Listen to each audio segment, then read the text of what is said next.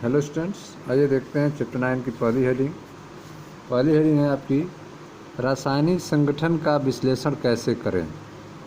ठीक है, तो केमिकल कंपोजिशन का पता लगाने के लिए आपको इसका विश्लेषण कैसे करना होगा, आइए इसके बारे में समझते हैं।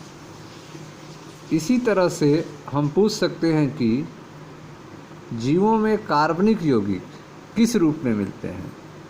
ठीक है, जैसे आप देख रहे हैं कि रासायनिक संगठन का विश्लेषण कैसे करें, इसी तरह से हम पूछ सकते हैं कि जीवों में कार्बनिक यौगिक किस रूप में मिलते हैं। जीवों के अंदर कार्बनिक यौगिक जो हैं वह किस रूप में मिलते हैं। उपरोक्त उत्तर पाने के लिए कोई व्यक्ति क्या करेगा। ठीक है, कि रासायनिक संगठन का विश्लेषण कैसे करें और जीवों में कार्बनिक यौगिक किस रूप में मिलते हैं, इन प्रश्नों का उत्तर के लिए पाने के लिए कोई व्यक्ति क्या करेगा। ठीक है, इसका उत्तर पाने के लिए हमें रासायनिक विश्लेषण करना होगा। ठीक है, जीवों में कार्बनिक यौगिक किस रूप में मिलते हैं, यह जानने के लिए हमें रासायनिक विश्लेषण करना होगा। हम किसी भी जीव तक, ठीक है, हम किसी भी जीव तक जैसे कि सब्जी या यकृत का टुकड़ा आदि को लेकर खरल व मूसल की सहायता से ट्राइक्लोरोएस्टिक अम्ल के साथ पीसते हैं। ठीक है, तो किसी भी जीव ऊतक को लेकर जीव ऊतक के रूप में आप सब्जी ले सकते हैं या फिर यकृत का टुकड़ा ले सकते हैं। इन सब चीज़ों को खरल और मूसल की सहायता से ट्राइक्लोरोएस्टिक अम्ल के साथ पीसते हैं, जिसके बाद एक गाढ़ा कर्दम स्लरी प्राप्त होता है। ठीक है, पीसने के बाद हमें एक गाढ़ा कर्दम प्राप्त होगा, जिसे स्लरी कहते हैं। पुनः इसे महीन कपड़ों में रखकर, पीसने के बाद इसे महीन कपड़ों में रखकर कसकर निचोड़ने के बाद हमें 2 अंश प्राप्त होते हैं। ठीक है, महीन कपड़ों में रखकर इसे क्या करते हैं, कसकर निचोड़ते हैं, छानते हैं, जिससे हमें 2 अंश प्राप्त होते हैं।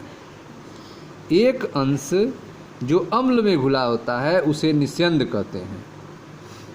एक अंश जो अम्ल में घुला होता है उसे निस्यंद कहते हैं, और दूसरा अंश अम्ल में अविलेय होता है, जिसे धारित कहते हैं। तो हमारा उद्देश्य है कि जीव में कार्बनिक यौगिक किस रूप में मिलते हैं, रासायनिक संगठन का विश्लेषण कैसे करें, इन प्रश्नों का उत्तर के लिए हमें रासायनिक विश्लेषण करना होगा। इसके लिए हमें किसी भी जीव तक जैसे सब्जी या यकृत का टुकड़ा आदि को लेकर खरल व मूसल की सहायता से ट्राइक्लोरोएस्टिक अम्ल के साथ पीसते हैं, जिसके बाद एक गाढ़ा कर्दम प्राप्त होता है, एक गाढ़ा स्लरी प्राप्त होता है। पुनः इसे महीन कपड़े में रखकर कसकर निचोड़ने अर्थात छानने के बाद हमें 2 अंश प्राप्त होते हैं। एक अंश जो अम्ल में घुला होता है उसे निस्यंद कहते हैं, और दूसरा अंश अम्ल में अविलेय होता है, जिसे धारित कहते हैं। ठीक है, तो जब जो अम्ल में अविलेय होता है उसे क्या कहते हैं, धारित कहते हैं, और जो अम्ल में घुलनशील होता है, घुल जाता है, उसे निस्यंद कहते हैं। ठीक है, वैज्ञानिकों ने अम्ल घुलनशील भाग में, जो अम्ल में घुल जाता है, वैज्ञानिकों ने अम्ल घुलनशील भाग में हजारों कार्बनिक यौगिक को प्राप्त किया। ठीक है, वैज्ञानिकों ने अम्ल घुलनशील भाग में हजारों कार्बनिक यौगिक का प्राप्त किया। ठीक है, तुम्हें उच्च कक्षाओं में बताया जाएगा कि जीव ऊतकों के नमूनों का विश्लेषण व इनमें मिलने वाले विशेषकर कार्बनिक यौगिक की पहचान कैसे की जाती है।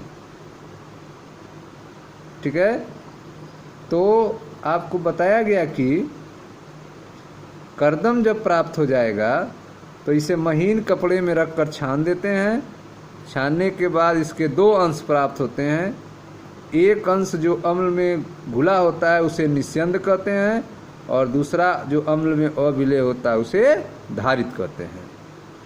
ठीक है, वैज्ञानिकों ने अम्ल घुलनशील भाग में हजारों कार्बनिक यौगिक को प्राप्त किया। ठीक है,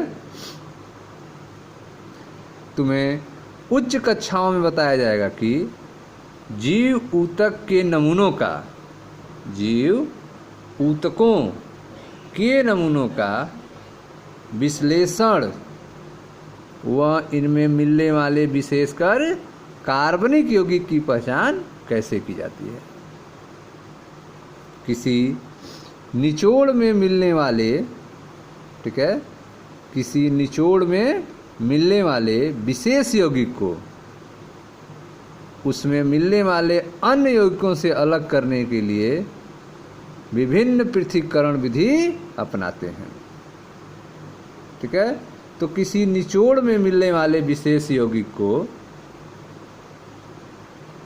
उससे मिलने वाले अन्य यौगिकों से अलग करने के लिए विभिन्न पृथक्करण विधि को अपनाते हैं जब तक कि वह अलग नहीं हो जाता है।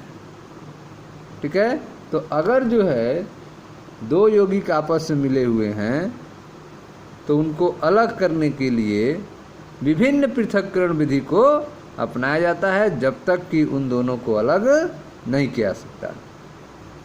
ठीक है, जब तक कि उन दोनों को नहीं अलग किया जा सके। दूसरे शब्द में, एक वियुक्त एक शुद्ध यौगिक होता है। ठीक है, एक वियुक्त जो है वह एक शुद्ध यौगिक होता है।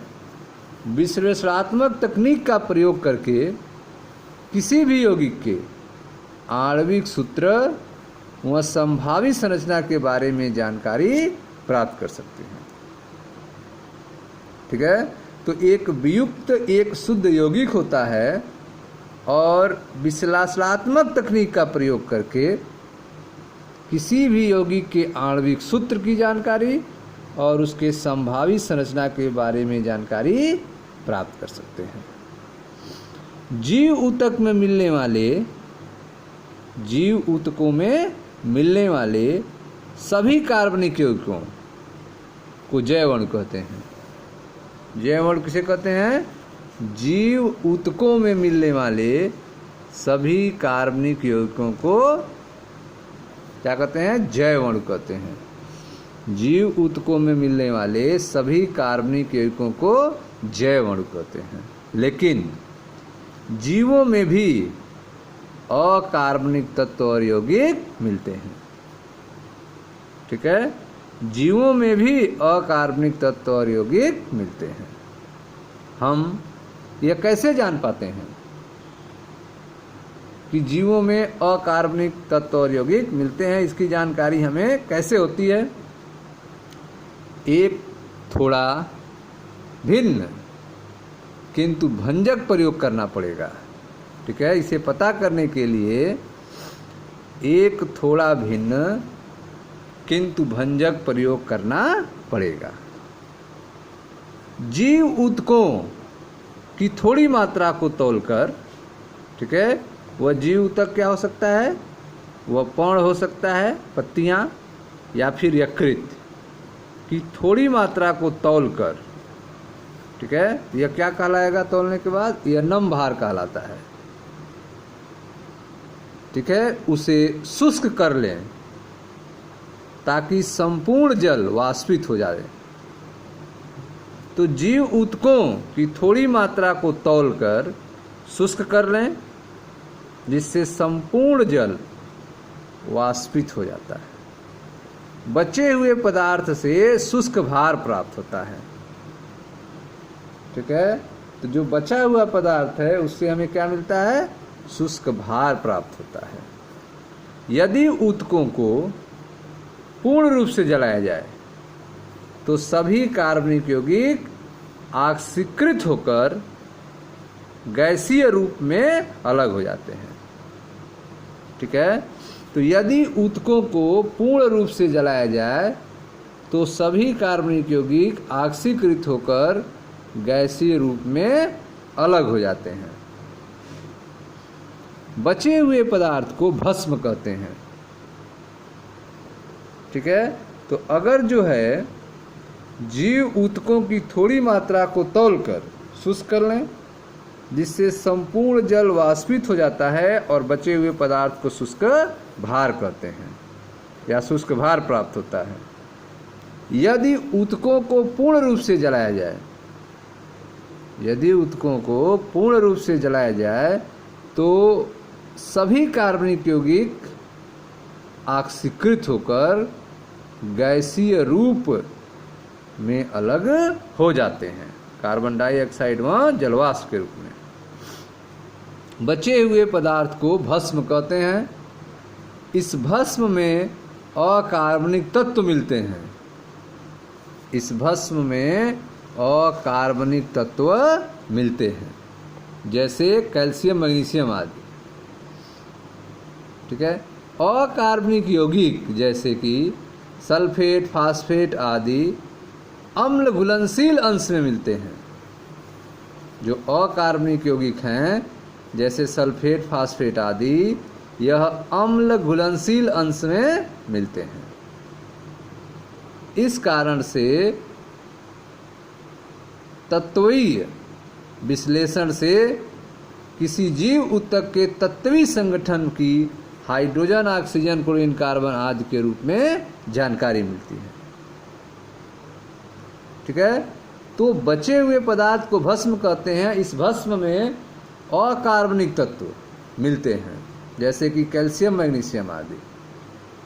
ठीक है, अकार्बनिक यौगिक जैसे कि सल्फेट, फास्फेट आदि अम्ल घुलनशील अंश में मिलते हैं, अम्ल घुलनशील अंश में मिलते हैं। इस कारण से तत्वीय विश्लेषण से किसी भी जीव ऊतक के तत्वीय संगठन की हाइड्रोजन, ऑक्सीजन, क्लोरीन, कार्बन आदि के रूप में जानकारी मिलती है। ठीक है, सारणी 9.1 में आप देख सकते हैं। यौगिकों के परीक्षण से जीव ऊतक में उपस्थित कार्बनिक और अकार्बनिक यौगिक के बारे में जानकारी मिलती है। ठीक है, यौगिकों का जो परीक्षण है उससे हमें जीव ऊतक में उपस्थित कार्बनिक और अकार्बनिक यौगिकों के बारे में जानकारी मिलती है। रसायन विज्ञान के दृष्टिकोण से क्रियात्मक समूह जैसे एल्डिहाइड, कीटोन, एरोमेटिक यौगिकों आदि की पहचान की जा सकती है, किंतु जीव विज्ञान की दृष्टि से इन्हें अमीनो अम्ल, न्यूक्लियोटाइड क्षार, वसा अम्ल इत्यादि से वर्गीकृत करते हैं। ठीक है, तो रसायन विज्ञान के दृष्टिकोण से क्रियात्मक समूह जैसे कि एल्डिहाइड, कीटोन, एरोमेटिक यौगिकों आदि की पहचान की जा सकती है, किंतु जीव विज्ञान की दृष्टि से इन्हें अमीनो अम्ल, न्यूक्लियोटाइड क्षार, वसा अम्ल इत्यादि में वर्गीकृत करते हैं।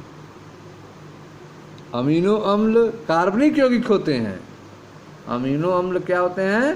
कार्बनिक यौगिक होते हैं, जिनमें इसके एक ही कार्बन पर एक अमीनो समूह और एक अम्लीय समूह प्रतिस्थापित होते हैं। ठीक है, तो आप देख रहे हैं कि रसायन विज्ञान के दृष्टिकोण से क्रियात्मक समूह जैसे कि एल्डिहाइड कीटोन एरोमेटिक यौगिकों आदि की पहचान की जा सकती है, किंतु जीव विज्ञान के दृष्टि से इन्हें अमीनो अम्ल, न्यूक्लियोटाइड, क्षार वसा अम्ल इत्यादि में वर्गीकृत होते हैं।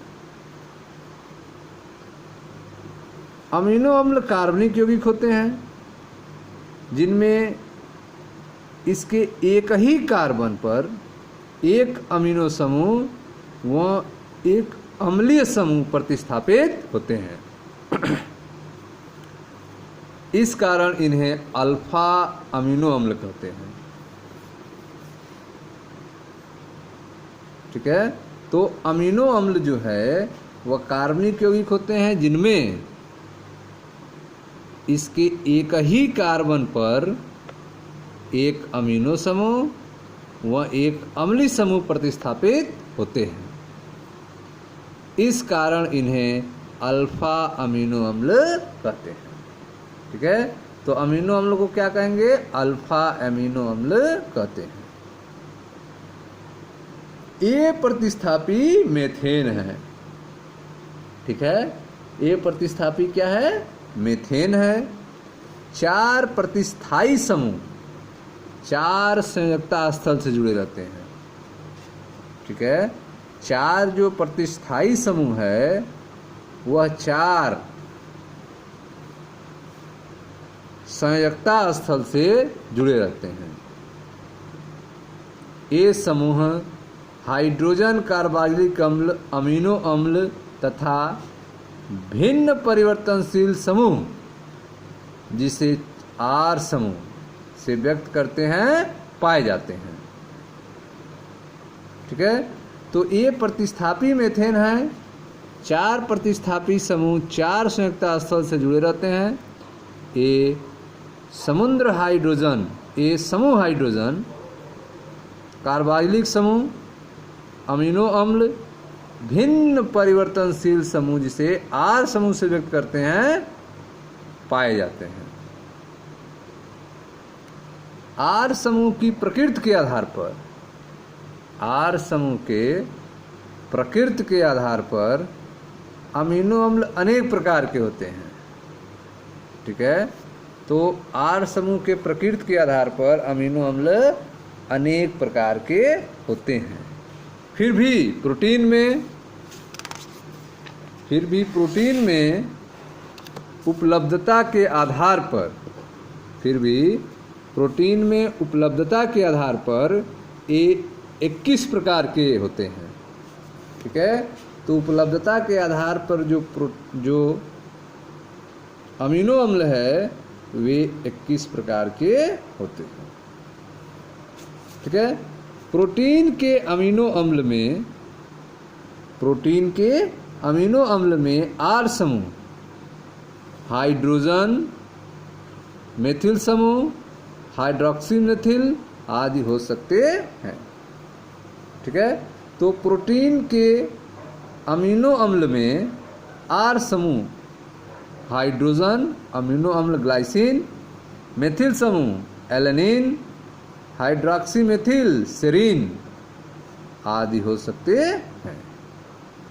ठीक है, जिसको चित्र 9.1 में 21 में से 3 को दर्शाया गया है।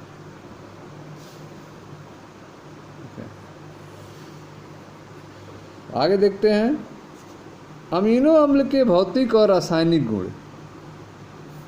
मुख्यतया अमीनो, कार्बोक्सिल और आर क्रियात्मक समूह पर निर्भर है। ठीक है, तो अमीनो अम्ल के भौतिक और रासायनिक गुण जो हैं वे मुख्यतया अमीनो, कार्बोक्सिलिक व आर क्रियात्मक समूह पर निर्भर है। ठीक है, तो अमीनो अम्ल के भौतिक और रासायनिक गुण मुख्यतया अमीनो, कार्बोक्सिलिक और आर क्रियात्मक समूह पर निर्भर है। अमीनो व कार्बोक्सिलिक समूहों की संख्या के आधार पर, ठीक है, अमीनो व कार्बोक्सिलिक समूह के संख्या के आधार पर अम्लीय, क्षारीय और उदासीन अमीनो अम्ल होते हैं। ठीक है, तो अमीनो अम्ल जो हैं वे अम्लीय भी होते हैं, क्षारीय भी होते हैं और उदासीन भी होते हैं। अम्लीय जैसे ग्लूटामिक अम्ल, क्षारीय जैसे लाइसिन और उदासीन जैसे वेलिन अमीनो अम्ल होते हैं। इसी तरह से एरोमेटिक अमीनो अम्ल टायरोसिन, फेनिलएलनिन, ट्रिप्टोफान होते हैं। ठीक है, तो इसी तरह से एरोमेटिक अमीनो अम्ल टायरोसिन, फेनिलएलनिन, ट्रिप्टोफान आदि होते हैं। अमीनो अम्ल का एक विशेष गुण यह है कि, ठीक है, अमीनो अम्ल का एक विशेष गुण यह है कि अमीनो NH2 व कार्बोक्सिल समूह COOH आयनीकरण प्रकृति के होते हैं। तो अमीनो अम्ल का एक विशेष गुण यह है कि अमीनो NH2 और कार्बोक्सिल COOH समूह आयनीकरण प्रकृति के होते हैं। अतः विभिन्न pH वाले विलयनों में अमीनो अम्ल की संरचना परिवर्तित होती रहती है। ठीक है, फिगर आप देख सकते हैं, यह आपका NH2 COOH, ठीक है, यहाँ पे CH है, R जुड़ा हुआ है इससे, A रूप, यह B है आपका, जिसमें यह हाइड्रोजन जो है अलग हो गया है H+ के रूप में, तो यहाँ माइनस आ गया है। तो यह आपका फिगर बना, और फिर यह लास्ट का फिगर है जिसमें प्लस जो है समाप्त हो रहा है, और यह आपका फाइनल कंपाउंड है। बी को ज्यूटर आयन प्रारूप कहते हैं। ये बी जो है इसको कहते हैं ज्यूटर आयनिक प्रारूप। बी को ज्यूटर आयनिक प्रारूप कहते हैं। ठीक है, साधारणतया लिपिड पानी में अघुलनशील होते हैं। ठीक है, लिपिड क्या होते हैं? पानी में अघुलनशील होते हैं नॉर्मल रूप से। साधारणतया लिपिड पानी में अघुलनशील होते हैं। ए साधारण वसा अम्ल हो सकते हैं। ठीक है, तो साधारणतया लिपिड पानी में अघुलनशील होते हैं। ये साधारण वसा अम्ल हो सकते हैं। वसा अम्ल में एक कार्बोक्सिलिक समूह होता है, एक आर समूह से, जो एक आर समूह से जुड़ा होता है। आर समूह मेथिल अथवा एथिल या उच्च संख्या वाले CH2 समूह 1 कार्बन से 19 कार्बन तक होते हैं। ठीक है, तो साधारणतया लिपिड पानी में अघुलनशील होते हैं। ये साधारण वसा अम्ल हो सकते हैं। वसा अम्ल में एक कार्बोक्सिलिक समूह होता है। वसा अम्ल में एक कार्बोक्सिलिक समूह होता है जो एक आर समूह से जुड़ा रहता है। आर समूह मेथिल, एथिल और उच्च संख्या वाले CH2 समूह जैसे कि पामिटिक अम्ल में कार्बोक्सिलिक कार्बन के सहित 16 कार्बन मिलते हैं। ठीक है, पामिटिक अम्ल में कार्बोक्सिलिक कार्बन के सहित 16 कार्बन मिलते हैं। एराकिडोनिक अम्ल में एराकिडोनिक अम्ल में कार्बोक्सिलिक कार्बन सहित 20 कार्बन परमाणु होते हैं। ठीक है, तो आपने देखा कि साधारणतया लिपिड जो है वो पानी में अघुलनशील होते हैं। ये साधारण वसा अम्ल हो सकते हैं। वसा अम्ल में एक कार्बोक्सिलिक समूह होता है जो एक आर समूह से जुड़ा रहता है। आर समूह मेथिल अथवा एथिल या उच्च संख्या वाले CH2 समूह ठीक है, जैसे कि पामिटिक अम्ल में कार्बोक्सिलिक अम्ल के सहित 16 कार्बन मिलते हैं। ठीक है, पामिटिक अम्ल में कार्बोक्सिलिक समूह के सहित 16 कार्बन मिलते हैं। एराकिडोनिक अम्ल में कार्बोक्सिलिक कार्बन सहित 20 कार्बन परमाणु होते हैं।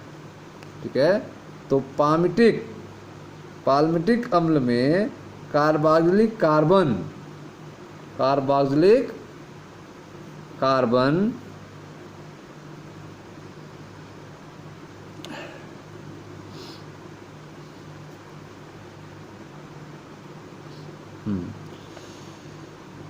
पामिटिक अम्ल में कार्बोक्सिलिक कार्बन के सहित 16 कार्बन मिलते हैं।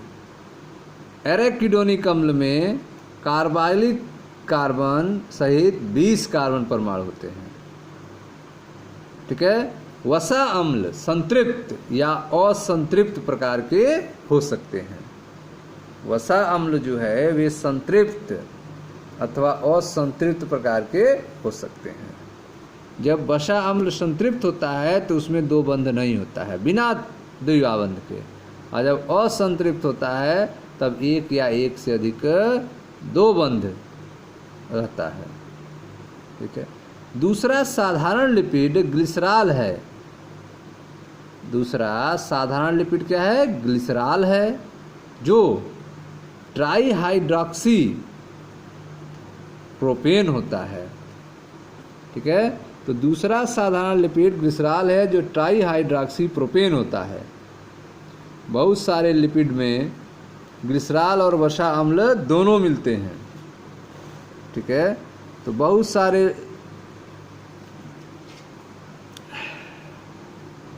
लिपिड्स ऐसे होते हैं जिसमें ग्लिसरॉल और वसा दोनों मिलते हैं। यहाँ पर वसा अम्ल ग्लिसरॉल से एस्टरीकृत होता है, तब वह मोनोग्लिसराइड, डाइग्लिसराइड तथा ट्राइग्लिसराइड हो सकते हैं। ठीक है, तो बहुत सारे लिपिड्स में ग्लिसरॉल व वसा अम्ल दोनों मिलते हैं। यहाँ पर वसा अम्ल ग्लिसरॉल से एस्टरीकृत होता है। वसा अम्ल जो है वह ग्लिसरॉल से एस्टरीकृत होता है, तब वे मोनोग्लिसराइड, डाइग्लिसराइड तथा ट्राइग्लिसराइड हो सकते हैं। गलन बिंदु के आधार पर मेल्टिंग पॉइंट, गलन बिंदु के आधार पर वसा या तेल कहलाते हैं। गरम बिंदु के आधार पर ये वसा या तेल कहलाते हैं। तेलों का गलनांक अपेक्षाकृत कम होता है, जैसे जिंजेली तेल। तेलों का गलनांक अपेक्षाकृत कम होता है, जैसे कि जिंजेली तेल। अतः सर्दियों में तेल के रूप में होते हैं। ये सर्दियों में तेल के रूप में होते हैं। क्या आप बाजार में उपलब्ध वसा की पहचान कर सकते हैं? बाजार में उपलब्ध वसा की पहचान कर सकते हैं। कुछ लिपिड्स में फास्फोरस व एक फास्फोरिलीकृत कार्बनिक यौगिक मिलते हैं। ठीक है, तो कुछ लिपिड्स में फास्फोरस और एक फास्फोरिलकृत कार्बनिक यौगिक मिलते हैं।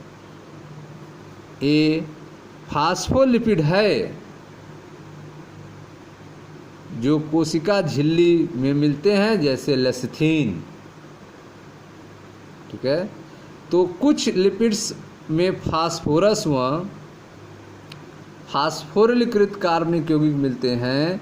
ये फास्फोलिपिड्स है जो कोशिका झिल्ली में मिलते हैं, जैसे कि लेसिथीन।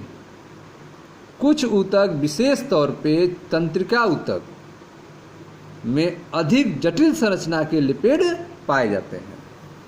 तो तंत्रिका ऊतक में अधिक जटिल संरचना के लिपिड्स पाए जाते हैं। जीवों में बहुत सारे कार्बनिक यौगिक विषम चक्री वलय युक्त भी होते हैं। जीवों में बहुत सारे कार्बनिक यौगिक विषम चक्री वलय युक्त भी होते हैं। इनमें से कुछ नाइट्रोजन क्षार जैसे कि एडेनिन, ग्वानिन, साइटोसिन, यूरेसिल और थायमीन है, ये शर्करा से जुड़कर न्यूक्लियोसाइड बनाते हैं। ये शर्करा से जुड़कर न्यूक्लियोसाइड बनाते हैं। यदि इनसे फास्फेट समूह भी शर्करा से एस्टीकृत रूप में हो तो इन्हें न्यूक्लियोटाइड कहते हैं। ठीक है, तो जीवों में बहुत सारे कार्बनिक यौगिक विषम चक्री वलय युक्त भी होते हैं। इनमें से कुछ नाइट्रोजनी क्षार जैसे कि एडेनिन, ग्वानिन, साइटोसिन, थायमीन है, ये शर्करा से जुड़कर न्यूक्लियोसाइड बनाते हैं। यदि इनमें फास्फेट समूह भी शर्करा से एस्टीकृत रूप में हो तो इन्हें न्यूक्लियोटाइड कहते हैं।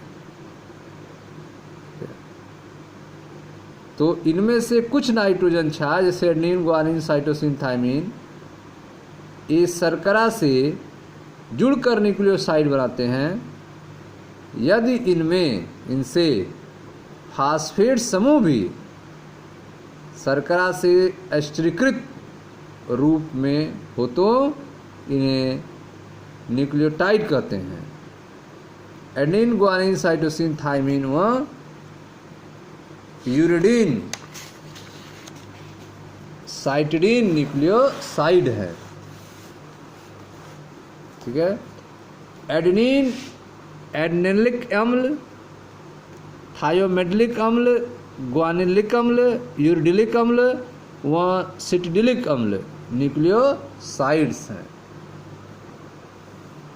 ठीक है, तो जो एडेनिल तत्व है, एडेनिलीन तत्व, थायोमेडिलिक अम्ल, ग्वानिलिक अम्ल, यूरिडिलिक अम्ल व सिटिडिलिक अम्ल न्यूक्लियोटाइड्स हैं।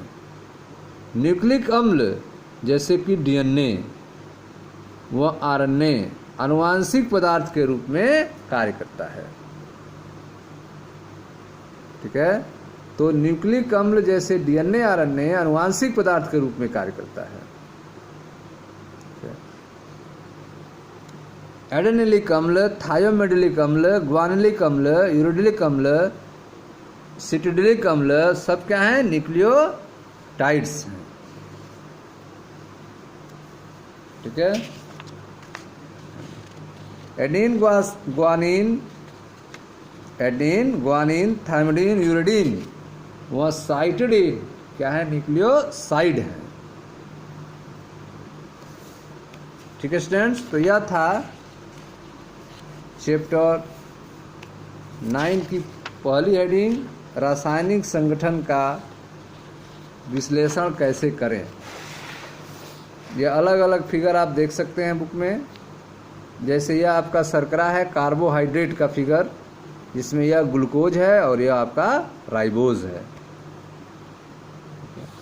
यह आपका ठीक है, यह सब अमीनो अम्ल हैं, जिसमें ग्लाइसिन, एलेनिन और सेरीन। ग्लाइसिन यह हो गया, एलेनिन और सेरीन। ठीक है, वसा पामिटिक अम्ल, ग्लिसरॉल, ट्राइग्लिसराइड। ठीक है, वसा और तेल, फास्फोलिपिड, लेसिथिन, कोलेस्ट्रॉल। वसा या तेल लिपिड्स में कोलेस्ट्रॉल। फिर आता है नाइट्रोजनी क्षार, जिसमें आपका एडेनिन, कौन कौन है? एडेनिन, एडेनोसिन, यह आपका एडेनिलिक अम्ल न्यूक्लियोटाइड, एडेनिलिक अम्ल न्यूक्लियोटाइड। उसके बाद है आपका यूरेसिल, जिसे पिरिमिडीन कहते हैं, नाइट्रोजन क्षार, और यूरिडीन न्यूक्लियोटाइड्स। ठीक है, तो यह हो गया जीव ऊतक में पाए जाने वाले कम अणुभार के कार्बनिक यौगिक का चित्रात्मक प्रदर्शन। ठीक है स्टूडेंट्स, मिलते हैं नेक्स्ट वीडियो में। वीडियो को आप लाइक करें, शेयर करें, चैनल को सब्सक्राइब करें। धन्यवाद दोस्तों।